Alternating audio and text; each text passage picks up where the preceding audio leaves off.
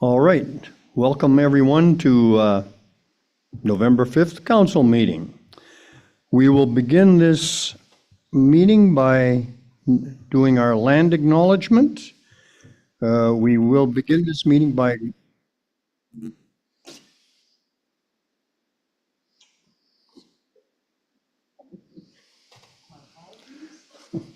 We're good? By acknowledging that we are gathering on land that has been inhabited by Indigenous people since time immemorial. We would like to recognize that we are in the Robinson Superior Treaty territory, and the land on which we are gathered today is the traditional territory of the Anishinaabe. Specifically, we acknowledge the neighboring community of Mishpekauton First Nation, for whom we have great respect. We also recognize the contributions of all Indigenous peoples, including the Métis, in shaping and strengthening the community and the province of Ontario. Okay. Item number 2, we have to appoint the chair. Can I ask for a mover and a seconder? Kathy and Joe. Okay. And then we have a vote. All in favor?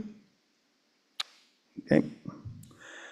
Item number 3, disclosure of pecuniary interest.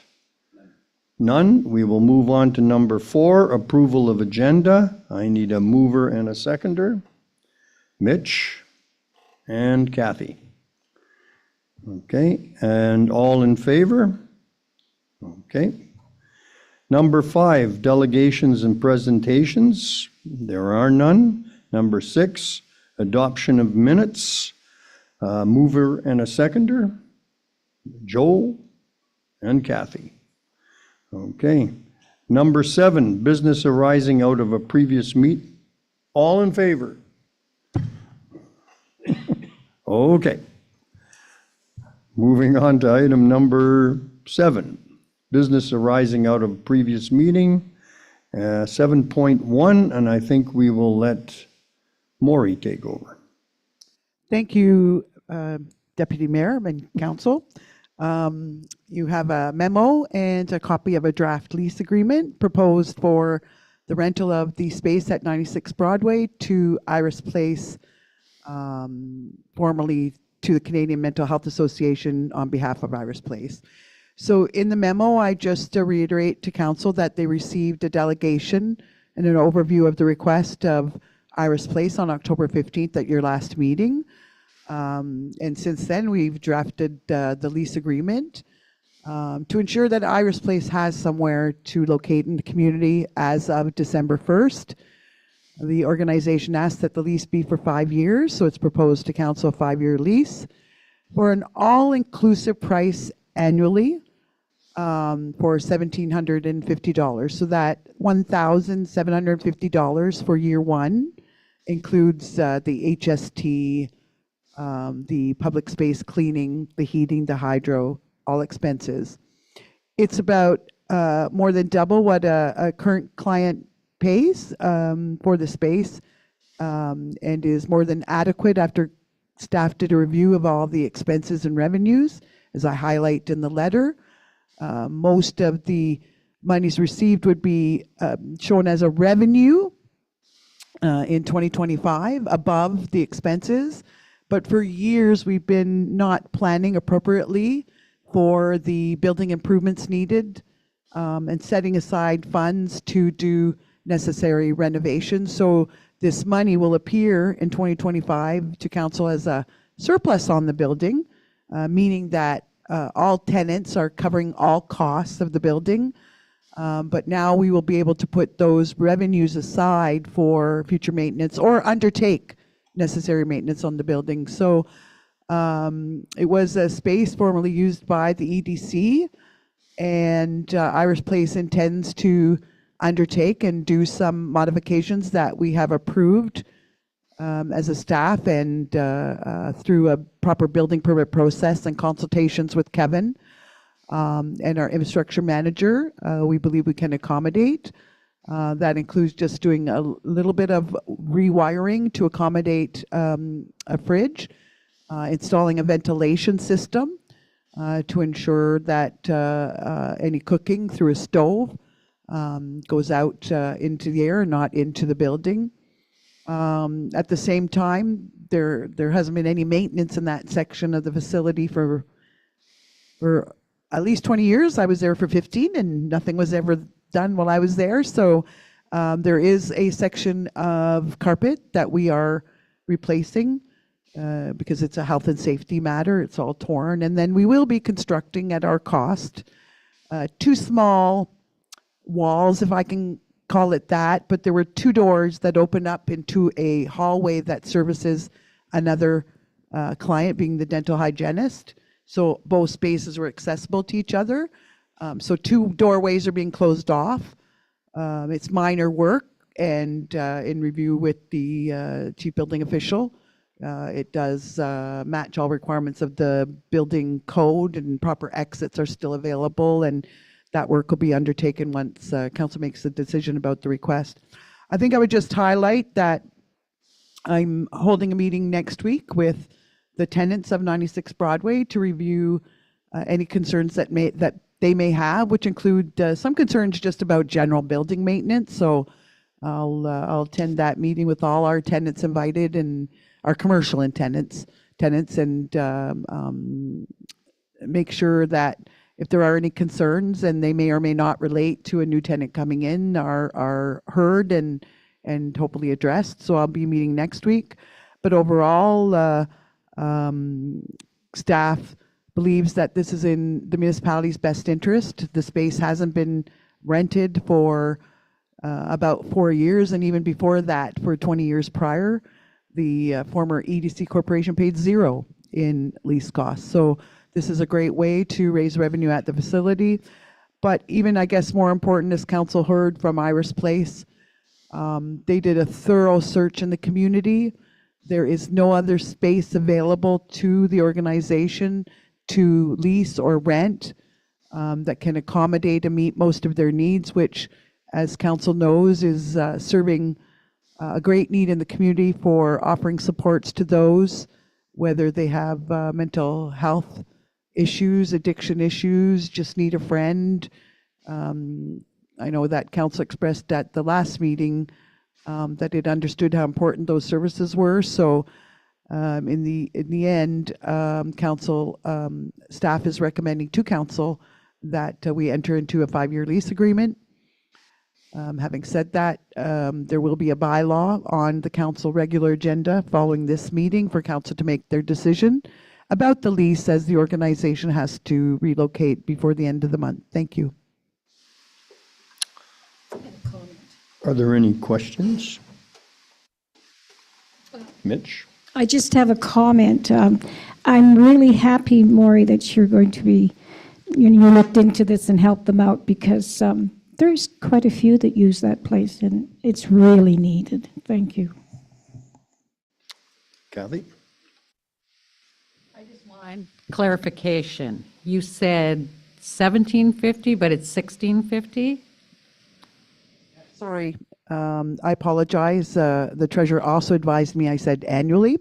So to give council the exact amount, it's $1,750 monthly, inclusive of HST, or when you net out the HST, it's $1,650 per month. So the cost to the organization is $1,750. We collect the $1,750, but I really appreciate the question, because it points out that for the municipality, we retain $1,650 approximately of the $1,750. Thank you. Thank you for the clarification. Councillor Opato? Nothing? And I think that's all. So we can move on to item number 8, monthly reports. Seeing none, we'll move on to number 9, new business. 9.1, the EDA memo, Wall Age Friendly Plan. Did you want to say something on that, Maury, or? Thank you, Mayor. I have a memo on behalf of the Age Friendly Committee, which I know Councillor Deputy Mayor Hoffman sits on. So I will do my best to share the information, and the mayor councillor can supplement what I share. But to council is a draft update to Wawa's, the municipality of Wawa's age-friendly plan. So an age-friendly plan was done for the community with remarkable public input 5 or 6 years ago. And since that time, there have been updates, and this is an update that is really taking the plan that's in place and just updating it. So it's removing what actions have been accomplished and adding on a couple more. So it's just an update to the plan. So the committee wanted to share the updated plan with council as council ultimately adopts the plan, and it is the council plan. You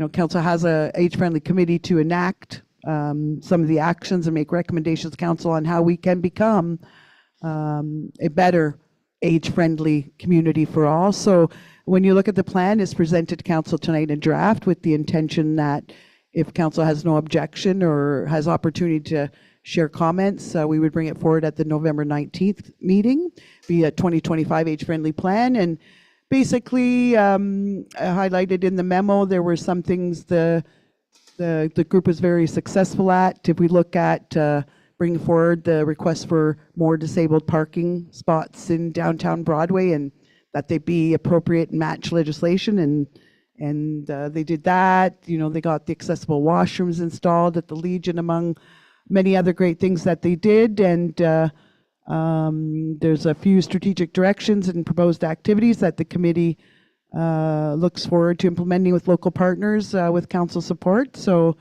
it's presented tonight, Mayor and Council, for opportunity to provide input before we bring this forward to council for potential adoption. Thank you. Any questions?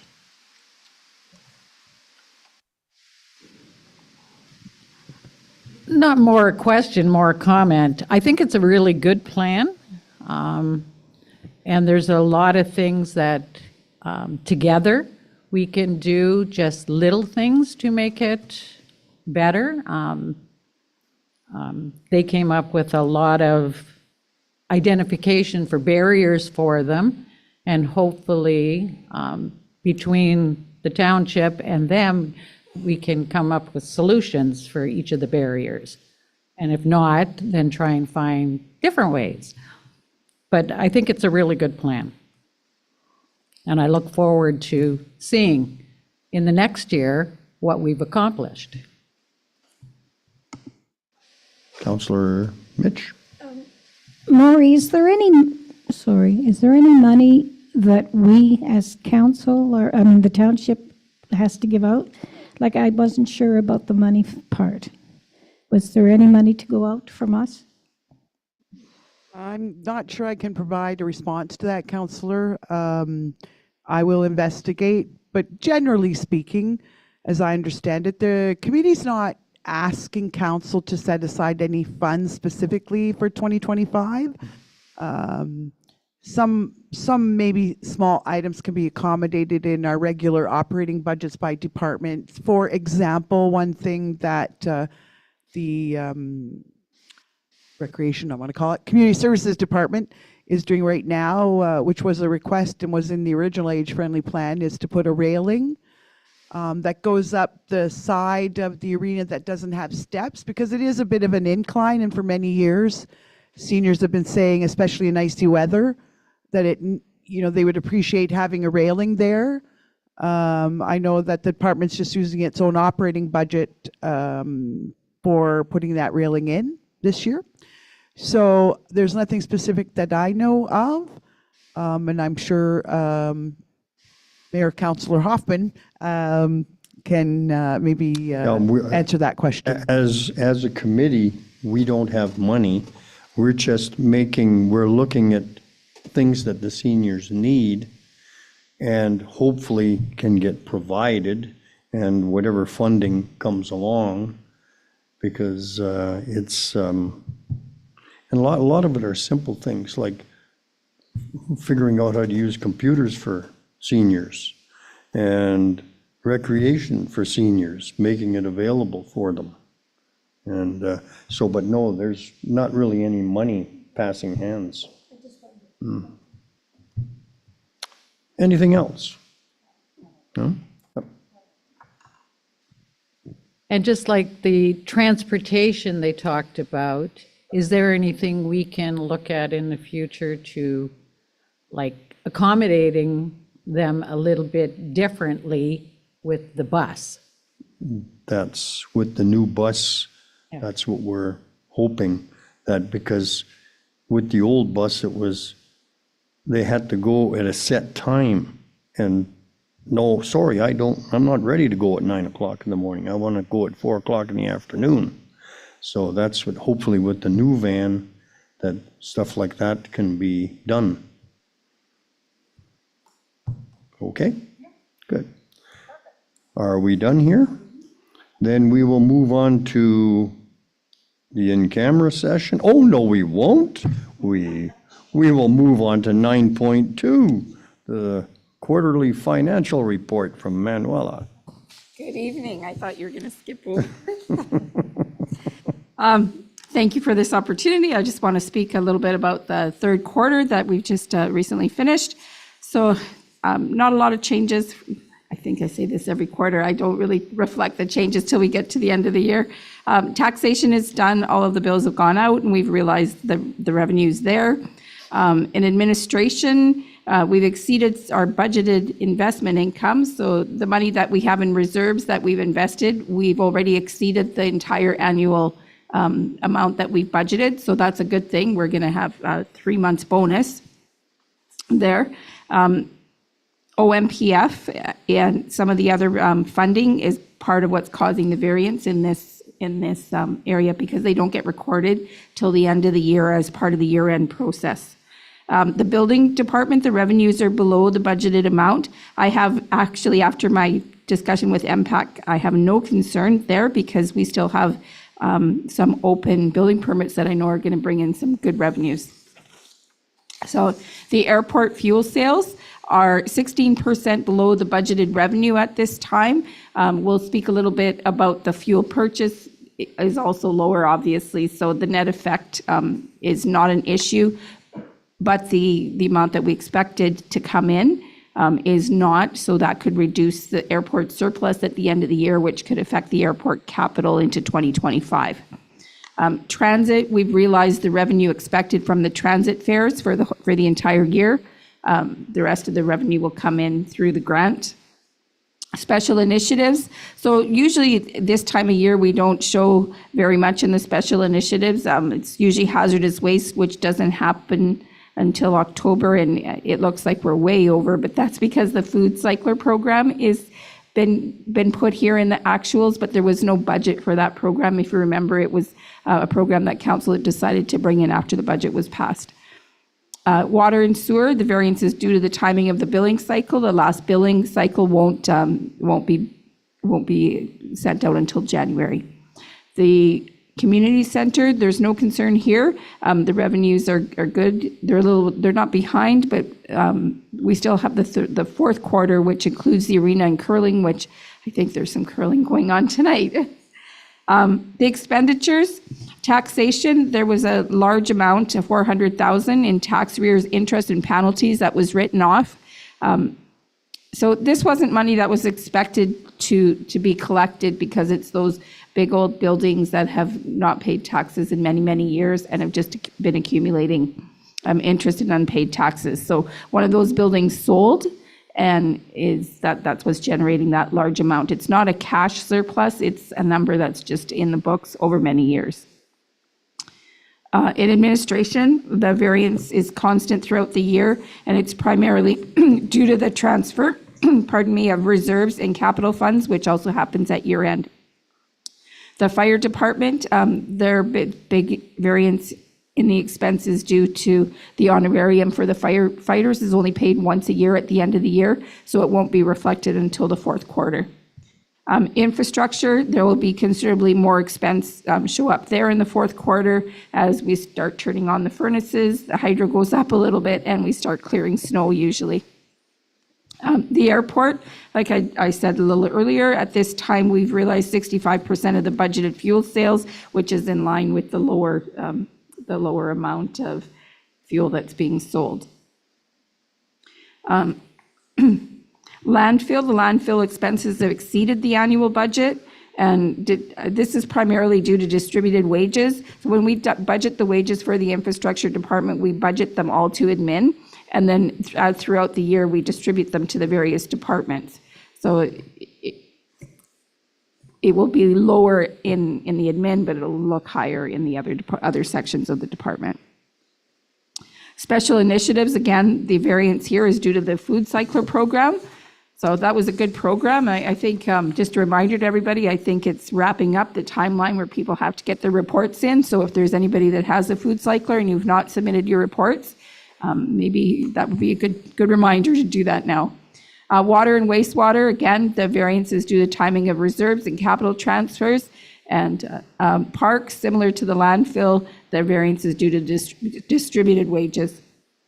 There is a large variance on the revenue side of capital. So as we wrap up all our capital projects, mostly which happen in the summer and end in September, some in October, we're getting those last big bills in and we send them off to the government, and a couple months later we get our money back, and that's where you'll see that variance adjust.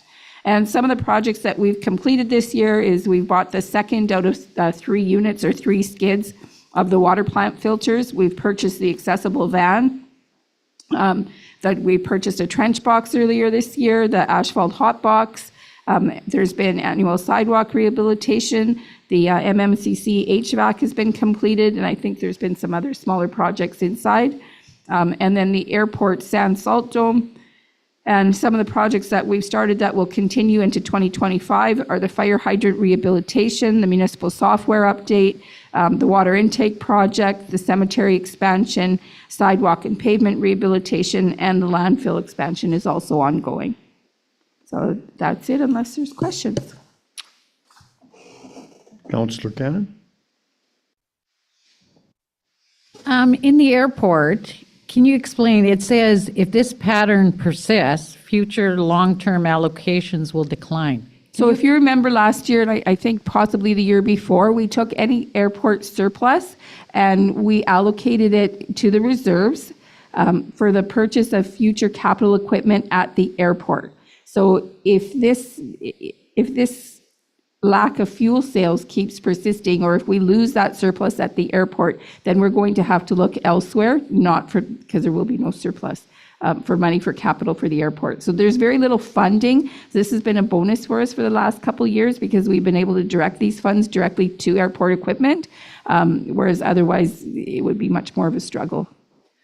So the sales are down in fuel because they're fueling up before they come here and they don't need fuel, or? I would guess that would be the reason why.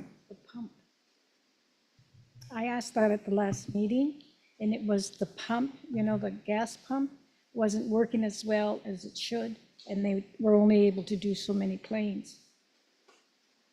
So I could replace that as well. If I may, I'm sorry, Mayor, Councillor Hoffman, Deputy Mayor, Acting Mayor.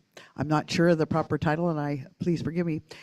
Yes, but that was temporary, and that was fixed pretty quickly. It was just, if you recall, the Assistant Director said we were down, but we were just waiting for a piece of equipment to be shipped to fix. So we actually were able to fix it pretty quickly. But certainly, there was maybe a small time period. But I think it's something we can come back to council to give an exact response to, but I do know that there is less fueling being done, and to what was suggested, that it appears that more of the prop air planes are fueling at their home station instead of here, but it also could be a result of less traffic just purchasing fuel at our airport. So we can come back and report to council on why those fuel sales are down. Thank you. Question? Manuela, Impact is coming to town next year, right? They're going to be assessing the houses? Not that we're aware of. Well, no, it's, No, I think that we have no, the province said no, oh, so they're not doing it next summer? no. Oh, good, I'll take that out of my notes, because I had Impact coming to town, and I didn't quite understand the impact on the So MPAC does regularly come to town for different reasons. Some of Kevin's building permits are definitely a catalyst for them to come because they want to see what's going on with these buildings and assess them as they're being improved. Or if there's a fire and a property is raised by fire, definitely they're going to keep an eye on that. So they do regularly come to town and do things, but an overall assessment of all properties is not set to occur. Now, okay,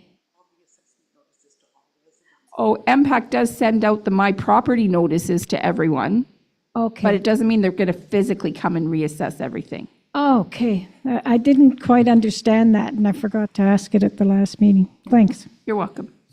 Councillor Opato? Seeing no other questions, and I'm quite happy, we'll move on to item number 10, in-camera session. Nothing's going on there. Number 11, return to open session. Nothing there. Item 12, business, nothing there. So we'll move on to item number 13, next meeting dates. 13.1, Tuesday, November 19th, 2024. And make a note, it is at 5:30 p.m. because we will be meeting with, okay, you know. Okay. So we'll move on to adjournment, and time 6:55 p.m.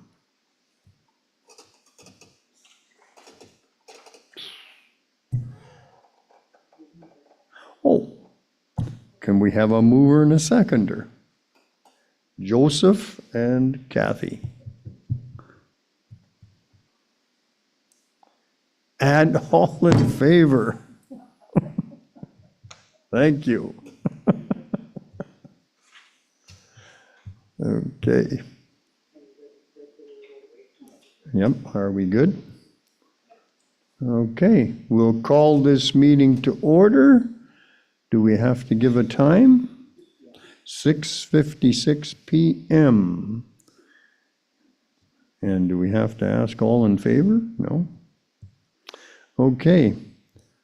We've already, oh yes, item number 2, appoint the deputy mayor. We need a resolution.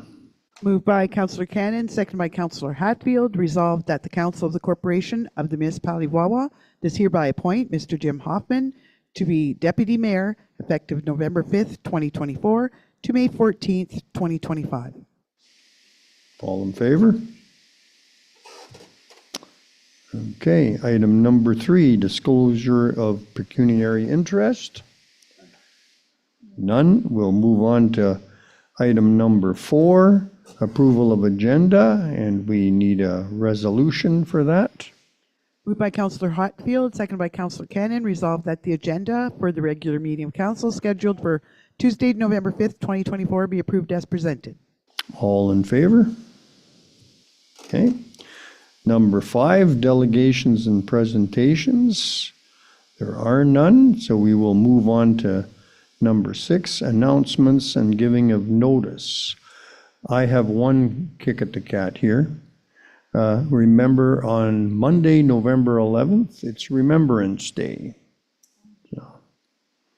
Okay, so anything else?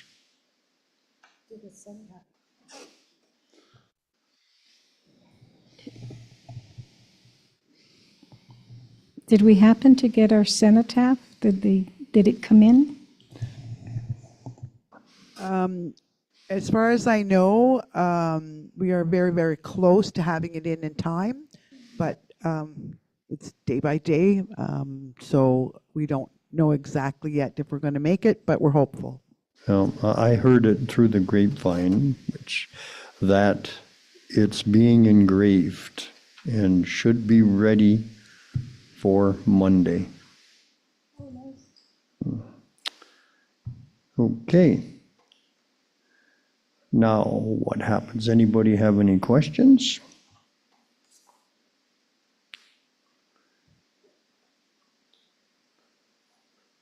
So, Maury, tell me what we do with all this. Oh. Adoption of minutes. Approval of minutes resolution. Moved by Councillor Cannon, second by Councillor Hatfield, resolved that the following minutes of the meeting of council be adopted as presented. Minutes of a special meeting of council held on Tuesday, October 22nd, 2024, as contained on pages 1 to 3 inclusive of the minute book, and minutes of a regular meeting of council held on Tuesday, October 15th, 2024, as contained on pages 1 to 9 inclusive of the minute book. Okay. All in favor? Okay. Number 8, correspondence. Are there any questions?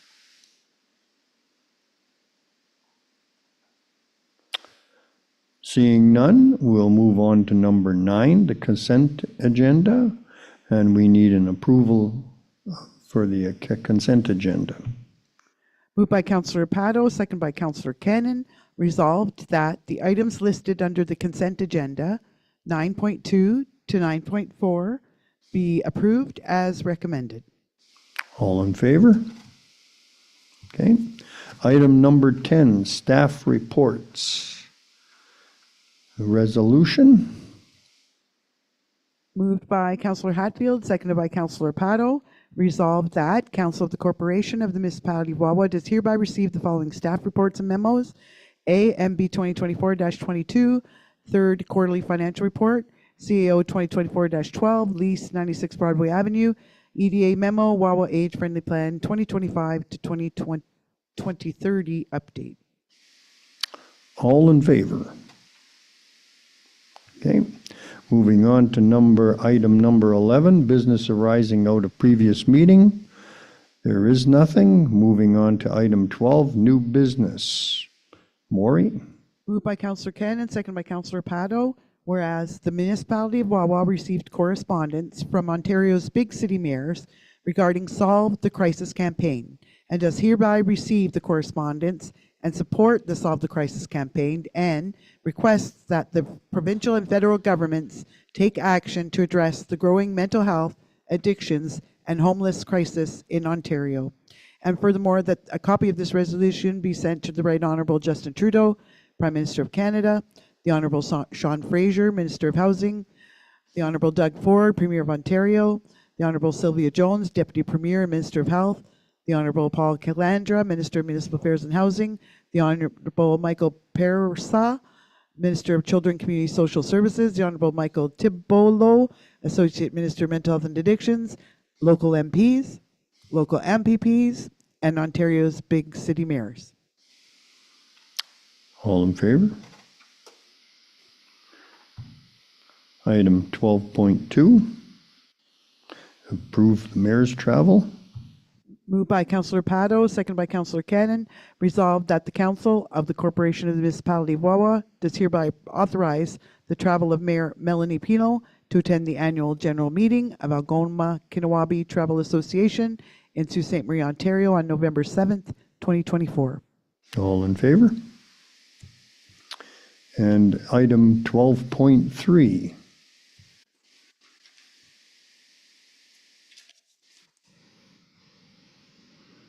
Moved by Councillor Hatfield, second by Councillor Cannon, whereas the Federation of Northern Ontario Municipalities, FNOM, recognizes how vital the forest industry is to the economy in Ontario, and whereas the success of the forest sector is critical to the economic and social prosperity of Ontario communities, employing over 137,000 people, and whereas the forest industry has invested over $3.8 billion in Ontario since 2018, and whereas Ontario has an opportunity to market global investment in the bioeconomy similar to critical minerals and electrical vehicle manufacturing and become a leading international jurisdiction.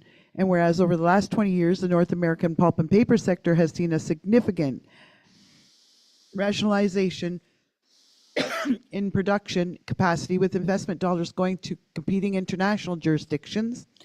And whereas in the last year, Ontario has seen 3 pulp and paper and container board mills idle or close, negatively impacting communities and the solid wood mills that depend on these facilities as markets for mill byproducts and pulpwood. And whereas U.S. tariffs on softwood lumber are expected to double in 2025 to approximately 30%, and whereas Ontario should work with federal colleagues to pursue a softwood lumber settlement that works in the best interest of Ontario lumber producers and advocates for a financial backstop. And whereas Ontario has had an opportunity to procure greater amounts of energy, for example, electricity, heats, fuels, biochar, etc., from forestry byproducts and forests to assist in heavy industry decarbonization and Ontario's forecasted electricity demands. And whereas Ontario is successful, an oversubscribed forest biomass program should continue post-2027. Excuse me. Whereas Ontario will actively seek investment to restart idled softwood craft lines in Ontario and Quebec to provide immediate relief for some sawmill producers. And whereas Ontario's $10 million sawmill chip program ending in March 2025 will likely need to continue and expand in the absence of an immediate restart of a currently idled pulp mill to avoid curtailments at solid waste facilities. And whereas a 5-year bilateral power purchase agreement with forest biomass-fired electrical generation facilities are insufficient and should be expanded both in terms of length and volume to provide communities, industry, and workers with a certain future. And whereas the Public Forest Access Roads Funding Program, which provides for the public use of Ontario's forests, should be increased to $75 million per year to reflect inflationary pressures and support legacy infrastructure upgrades, for example, like roads, bridges, and water crossings. Therefore, be it resolved, the Council of the Corporation of the Municipality of Wawa support the implementation of the Ontario Forest Industry Association's 2025 Ontario budget recommendations in support of attracting investment and maintaining forest operations and employment in Ontario. And furthermore, that a copy of this resolution be sent to Mr. Vic Fideli, the Economic Development Minister, Job Creation and Trade, Mr. Graydon Smith, Minister of Natural Resources, Associate Minister Kevin Holland, the Forestry and Forest Products section, Minister Andrea Conjin, Environment, Conservation and Parks, Minister Todd McCarty, Environment, Conservation and Parks, Minister George Peary, Mines Minister, Stephen Lecce, the Energy and Electrification Associate Minister, Sam Osterhoff, the Energy Intensive Industries Minister, Peter Bethlen-Falvey, the local MPP, the leaders of the opposition parties, the Federation of Northern Ontario Municipalities, AMO, Roma, and the Ontario Forestry Industries Association. All in favor? Item number 13, notice of motion. There is none, so we'll move on to item 14, bylaws. We're looking for a resolution. Moved by Councillor Hatfield, seconded by Councillor Cannon. Resolved that the following bylaws be introduced and read a first, second, and third time, and finally passed, and that the Deputy Mayor and Clerk do sign and seal the same, any rule of this council to the contrary notwithstanding. Bylaw number 3748-24 to confirm the proceedings of council at its meetings held on the 22nd day of October and the 5th day of November 2024. Bylaw number 3749-24 to enter into an agreement with Canadian Mental Health Association Algoma for the lease of space at 96 Broadway Avenue, and bylaw number 3750-24 to dedicate certain lands described as Part 1, Plan IR 14190, PIN 31175-0383, part of a public highway. All in favor? Moving on to item number 15, closed session. There is nothing. Item number 16, return. There is nothing. Item 17, business arising from closed session. There is nothing. Moving on to item 18, next meeting date is Tuesday, November 19th, 2024. Now moving on to item 19, adjournment. We will close this meeting at 7:08 p.m. Resolution. Moved by Councillor Cannon, seconded by Councillor Hatfield. Resolved that the meeting close at 7:08 p.m. All in favor?